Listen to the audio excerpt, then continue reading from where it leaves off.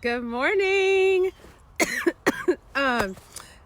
Wednesday. Happy Wednesday. How are you doing today? I hope you're doing well. I'm doing well despite that little coffee thing. I don't know what that was, or coughing thing.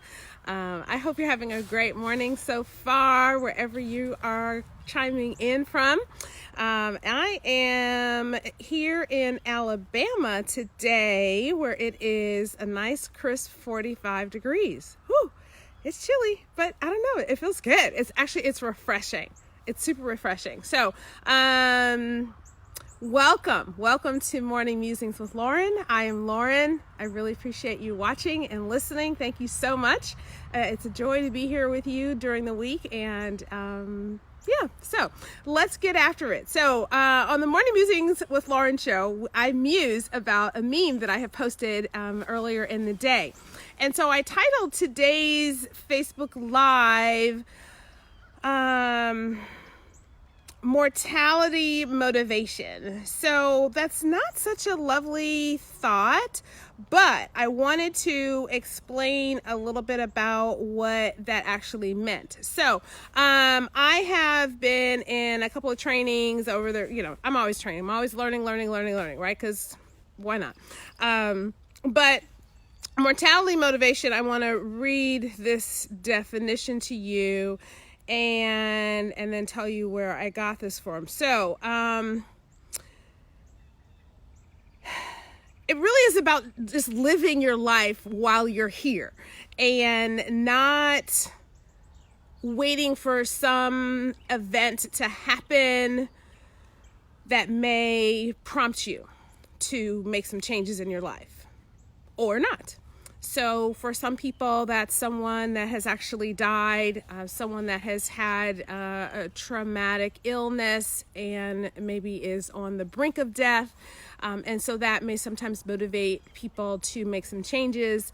But as I posted in the meme, and actually, you know what, let me read that. So I don't know how my story will end, but nowhere will it ever say she gave up.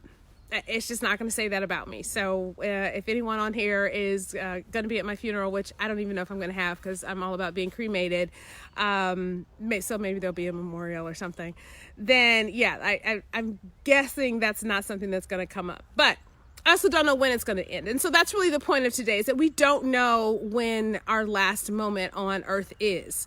And to the extent that we can embrace that and make choices and decisions so that we are living our best lives. I mean, I know that's kind of, how's the sun? Is that problematic for anyone besides me? That's a little bit better. So, so, you know, this thing about someday, right? So that's not a day in the week. So let's do that today. Let's figure out something today. Let's not be afraid of dying, but be afraid of not living and doing anything of value. You know, are you using all your gifts? Are you using your talents? Is something put on your heart?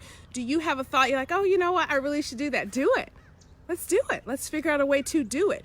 It may not happen right away, and then that's okay.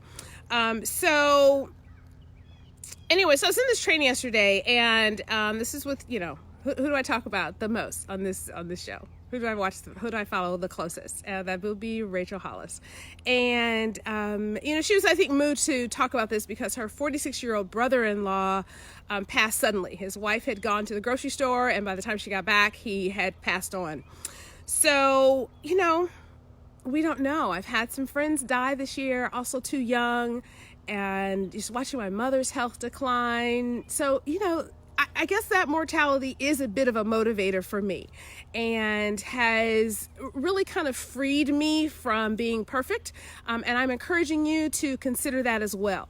How can you free yourself from some of the chains that are holding you back from dreams that you have, from things that you would like to do, and move towards those? Because if you're not trying, you for sure are not going to succeed in whatever it is you may want to do.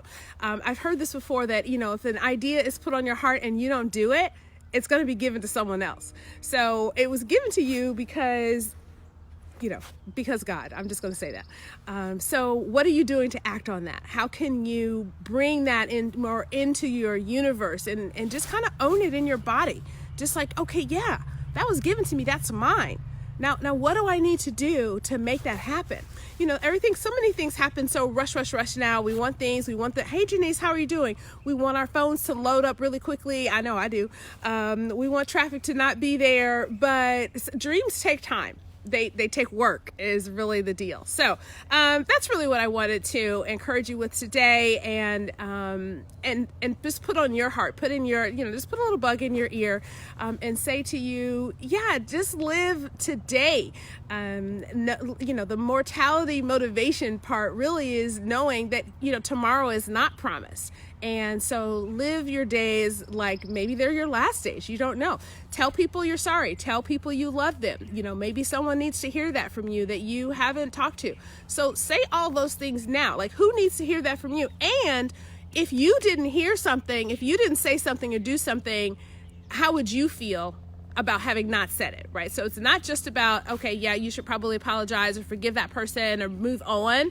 But what if you didn't? How would that make you feel? And can that be the driver in terms of who you are communicating with and who you kind of say something that really has been on your heart that you need to say? So, not the most uplifting topic, but it's important, right? Because this is life. We're living, right? We can't always have all the fluff stuff.